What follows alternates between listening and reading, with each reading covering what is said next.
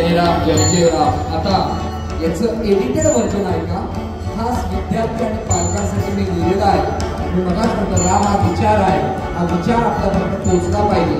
खास काही पंक्ती विद्यार्थ्यांसाठी आणि काही पालकांसाठी।